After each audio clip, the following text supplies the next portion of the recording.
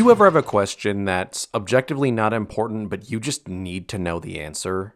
Like you spend hours reading books, old newspaper articles, and scholarly texts until you're satisfied you finally learned what you needed to know? If not, congratulations on being normal. Recently, I landed on one of those questions. Why do silver bullets kill werewolves? I'm not talking in the biological sense. Say it with me, werewolves are not real. I know, I was disappointed too. What I really mean is, why do we think silver bullets kill werewolves? Where did this idea come from? Until recently, I assumed this idea came from the 1941 film The Wolfman. It's the foundation of most of our modern werewolf stories. Then I did some digging, and it seems the truth is a little bit more complicated. So if you're a lover of monsters, folklore, and old books, I think I've got something that'll interest you. People have been telling stories about werewolves for centuries, but silver bullets were never a standard element of the folklore. But there really weren't any standard elements of the folklore. Werewolves might be in league with the devil, or under a witch's spell, or maybe just born that way. Up until quite recently, this monster's traits were variable. It depended on who was telling the story, who their audience was, and what they were afraid of. In some cases, there wasn't even a clear distinction between werewolves and vampires. Two monsters that are very different in our imagination. Vampire lore was mostly standardized by the 1897 publication of Dracula. The author Bram Stoker mixed and matched various legends and fused them into a single coherent idea. But there was no werewolf equivalent to Dracula. Gothic literature produced a few werewolf stories, but none of them really had the same impact. Ironically, the lore wouldn't be standardized until the era of the silver screen.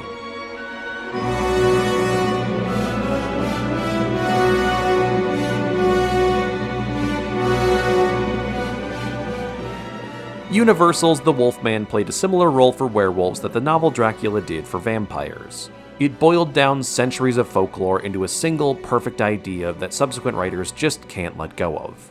A werewolf can be killed only with a silver bullet, or a silver knife, or a stick with a silver handle. You're insane. I tell you, I killed a wolf, a plain, ordinary wolf. Side note, in case you needed another reason not to trust Google AI, it told me the first werewolf movie to feature a silver bullet was Silver Bullet in 1985. Yeah, that's just 40 years too late. But the question remains, where did the filmmakers behind The Wolfman get their ideas? Chaney's character becomes a werewolf after being bit by one. He transforms under the autumn moon, and he is vulnerable to silver. But none of those elements are common to werewolf folklore. So did they just make them up? To get some answers, I picked up Wolfman's Maker, the autobiography of screenwriter Curt Siodmak. Siodmak was a German Jew who fled the rise of the Third Reich and immigrated to the United States. He became a prolific writer in Hollywood, writing over 20 films before the one that would define his career. Siodmak was a great storyteller, and some of the anecdotes in his book are so larger than life and, honestly, kind of self-serving. I'm not sure how accurate they are. I'm going to tell you this story the way he tells it in his book. You can decide for yourself whether or not to believe it. Siodmak had a colleague at Universal named George Wagner. Wagner was a competent director, but a mediocre writer. Wagner didn't have much confidence in his own ideas, and he always wanted Siodmak's input. Multiple times in the book, Siodmak portrays himself as this witty man of words, and Wagner as his idiot sidekick. If Siodmak is the mad scientist, Wagner is his hunchback assistant. So one day in 1941, Wagner drafted Siodmak to work on his next project. I should stress, he wasn't offering the job to Siodmak, he was giving it to him. It was a picture called The Wolfman. It was supposed to star Boris Karloff, but Karloff was too busy with another movie. The studio leadership had given it to Wagner to rework into a vehicle for Lon Chaney Jr. The one problem was, they didn't have a story. They didn't really even have an idea. The Wolfman was just a title. Despite that, the budget was already locked in, and they were set to start shooting in 10 weeks. Oh, and the studio was on the verge of financial collapse, so they desperately needed a hit. With nothing but a title to work with, Siodmak invented a story inspired by the German folktales of his childhood. And, in a lot of ways, the movie does feel like an old fairy tale. Pentagram, Wolfbane. Oh, I'm sick of the whole thing. I'm gonna get out of here. Whoever is bitten by a werewolf and lives becomes a werewolf himself. I'm sure German fairy tales were a key influence on the script, but I don't think they were the only influence.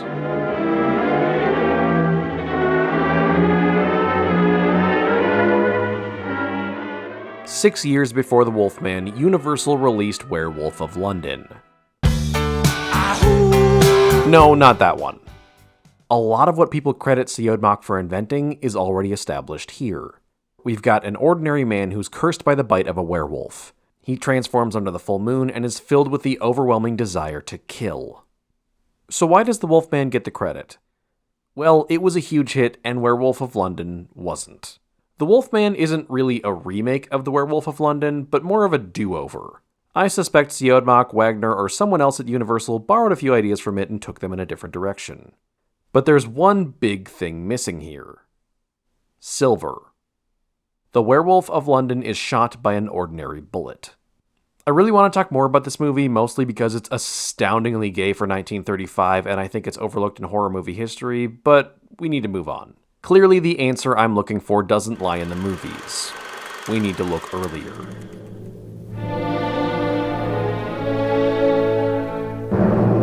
The earliest reference to silver bullets I've found in a werewolf story is Bisclaveret, a Breton romance.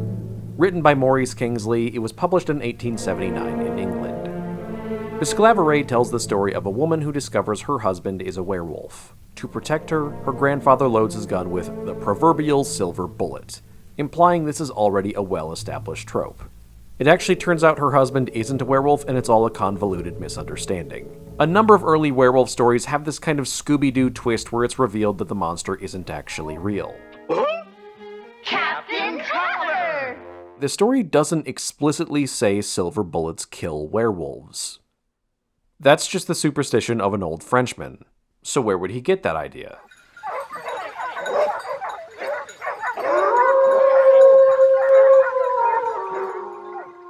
Between 1764 and 1767, the French province of Gevaudan was struck by a series of brutal animal attacks, killing over 100 people and injuring more. Legend has it the beast was finally slain by a silver bullet from the barrel of a peasant's gun. Here it is. That's our answer, right? The idea is so tantalizing that you might still hear it repeated today, even though it's easily disproven. Every source I've found traces the silver bullet myth to a book written by folklorist Henri Poirat. There's one big problem. That book was published in 1946. That means it's actually more likely that the silver bullet myth was inspired by the Wolfman than vice versa. And yet, Google AI still told me that the Beast of Gevaudan being slain by a silver bullet is the reason why werewolves are vulnerable to silver. Seriously, don't trust this dumb fucking robot. There's an interesting wrinkle here, though. There are earlier versions of the legend that mention silver bullets. Andrew Lang's The Animal Storybook, first published in 1896, describes villagers hunting the beast with silver bullets, but notes they were ineffective. Combined with Bisclaveret, we've got at least 2 literary examples of silver bullets being used by superstitious peasants to hunt wolves. I was starting to think silver bullets might be the invention of 19th century writers, until I saw this post from the blog BS Historian. They managed to find a French source from 1765 that says locals attempted to shoot the beast with bullets made of iron, lead, and silver. So the people of Gevaudan really did use silver bullets to hunt the beast. But the claim it was killed by a silver bullet originated almost 200 years later. Also, it's very unlikely there was just one beast. Most modern theories assume multiple wolves or other predatory animals were involved. So why did people from the 18th century try to kill the beast with silver bullets? There must have been an existing superstition they were acting upon.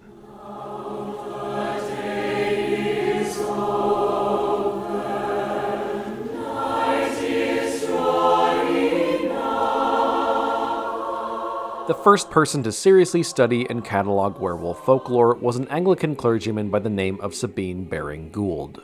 He published the Book of Werewolves in 1865. One of the many things Baring-Gould discovered is that werewolf legends died out in England centuries earlier than in continental Europe. He attributed this to the local extinction of wolves. While wolf attacks remained a serious problem in Germany and France, the English wolf was more or less wiped out by the 16th century.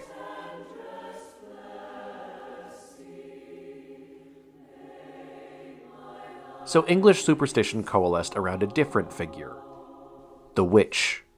According to Baring-Gould, witches could take the shape of cats, dogs, and hares. In one of the many stories he recorded, an innkeeper defended his establishment against two witches who had taken the form of large dogs. The innkeeper took a silver button, loaded it into his gun, and fired it over their heads, forcing them back into human form. Baring Gould was the undisputed werewolf scholar for over 60 years, until a challenger finally emerged. The Reverend Montague Summers. Summers was the Wario to Baring Gould's Mario.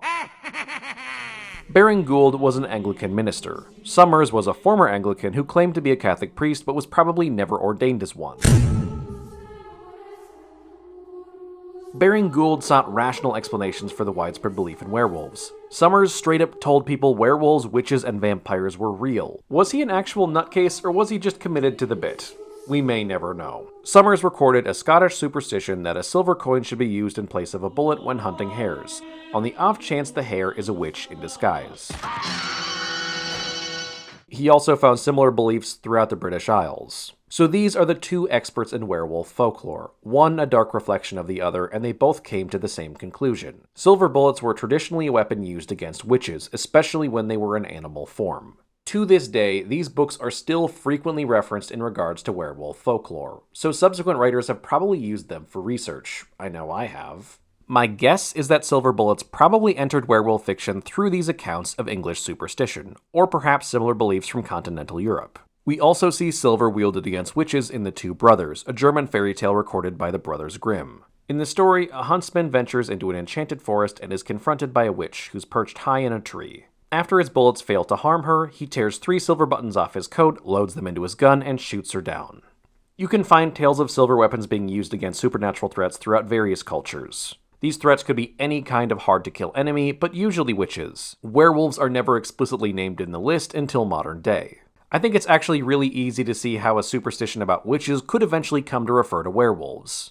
We think of these two creatures as very different today, but historically they were closely linked. Witches could supposedly turn themselves into animals, just like werewolves, and lycanthropy itself was often considered a form of witchcraft. A 16th century witch hunter might very well say that not all witches are werewolves, but all werewolves are witches. But how did such an archaic idea take root in modern fiction in the first place?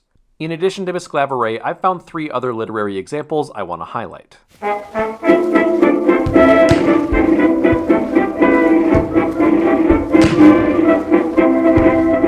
Though you're leaving me today, never fear. In my thoughts you'll always be ever near. During World War I, the Allies had a lot of slurs for the Germans. Fritz, Jerry, the Hun. You might not have heard that Allied propaganda also called them werewolves. As far as I can tell, this took off in 1917 thanks to Henry Van Dyke's book Fighting for Peace. Van Dyke was an American stationed in Europe as an ambassador when the war broke out. In his book, Van Dyke justified America's entry into the war by stressing the savagery of the German military, frequently comparing them to werewolves. Several other writers picked up on the term, and it even appeared in a recruitment ad for the Red Cross.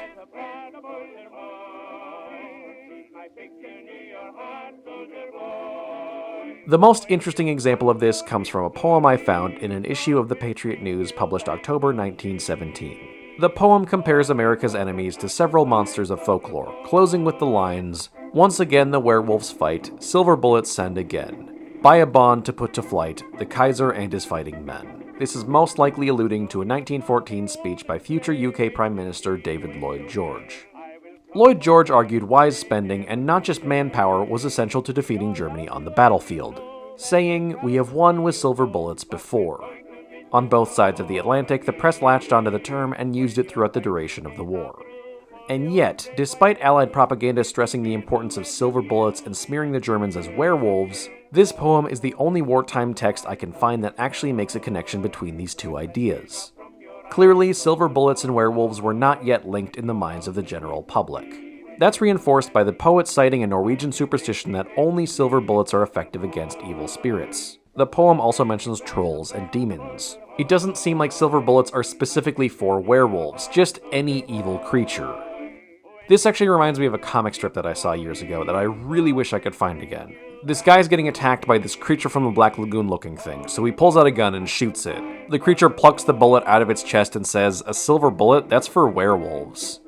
The guy says, "It's still a bullet," and the creature falls over dead. If anyone else has seen this, please tell me where I can find it. It's driving me nuts. Okay, back to the topic at hand. I don't think many people read this crappy propaganda poem. I doubt it had much influence on the popular perception of werewolves. To me, it just shows that werewolves and silver bullets were only loosely linked as late as 1917. Articles about werewolf superstition from this era don't even mention them. In the rare cases where they do come up in the literature, they're presented as the bane of all unholy creatures, not werewolves specifically. These next two examples I have were more widely read and way more influential. One side, please.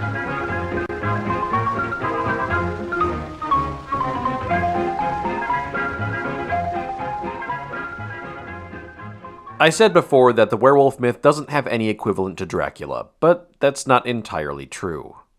Guy Endor's novel The Werewolf of Paris made a big splash when it hit shelves in 1933. Its reputation may have faded a bit since then, but it was widely compared to Dracula upon release. I have to confess, I quit Dracula halfway through, but I found this book to be a great read. Werewolf of Paris is loosely based on the true story of a French army sergeant who desecrated graves in the late 1840s and committed crimes I don't even want to mention. Endor moved the main events to the 1870s and depicted the Sergeant Bertrand as an actual werewolf. Bertrand is cursed from birth due to his family lineage, the disturbing circumstances around his conception, and being born on Christmas Eve. As a young boy, he begins prowling the night in wolf form and killing local livestock. He proves hard to catch, igniting a panic among the other villagers. One of them melts down a silver crucifix into a bullet and manages to shoot Bertrand in the leg with it. When treating the wound, Bertrand's guardian discovers the bullet and realizes this little boy is the wolf everyone has been hunting. This draws on an existing tradition that a werewolf's human form bears the scars of wounds it received in wolf form, which offers a handy way to identify them. Now, the book doesn't exactly say that silver is the werewolf's weakness. It's entirely possible a bullet made of lead would have done the same damage. It seems the silver bullet is more of a means of showing how superstitious the townfolk are. Despite being a fairly minor detail in the book, this episode was mentioned in multiple reviews at the time, so even people who didn't read the book might get the idea that silver bullets had something to do with werewolves. Werewolf of Paris is at least a minor classic of horror literature, the kind of book you might have heard of if you're really into werewolves. This next one, though, is pretty obscure.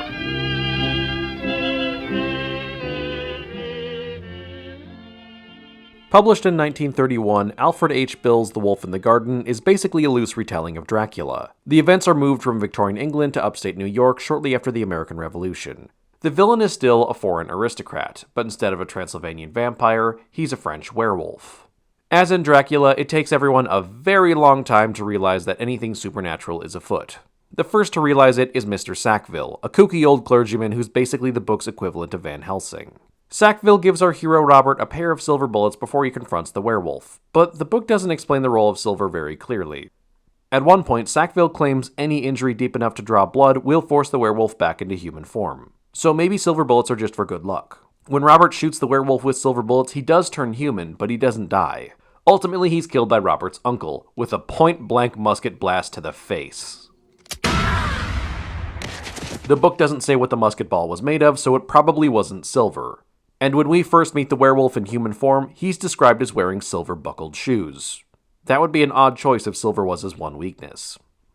But the book doesn't try to offer an authoritative list of rules for werewolf hunters. Everything the characters know about werewolves comes from Sackville's knowledge of folklore, which, as we previously covered, is extremely inconsistent. That ambiguity was evidently lost on one critic, who wrote that only a silver bullet will kill Mr. Bill's wolf. So even if the book doesn't explicitly say silver kills werewolves, some readers got that impression.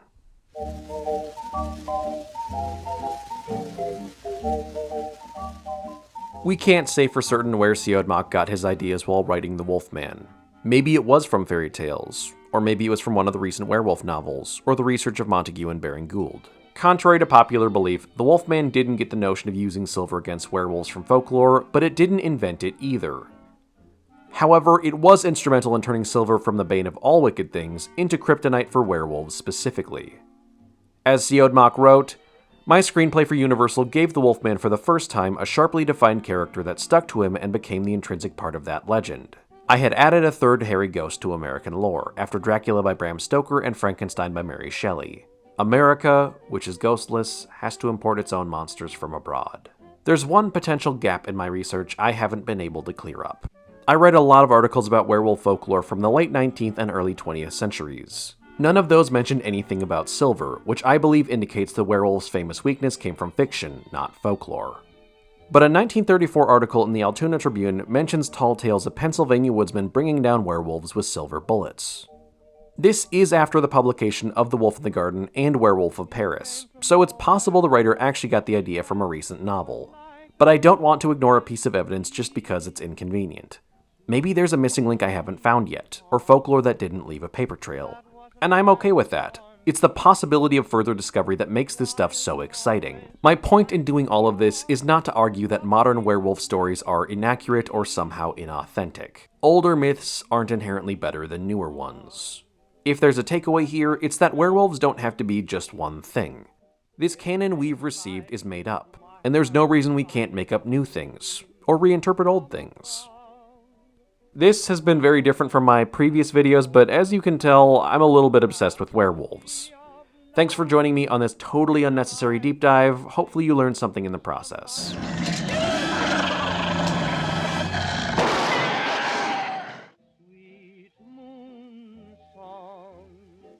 That wasn't meant for me.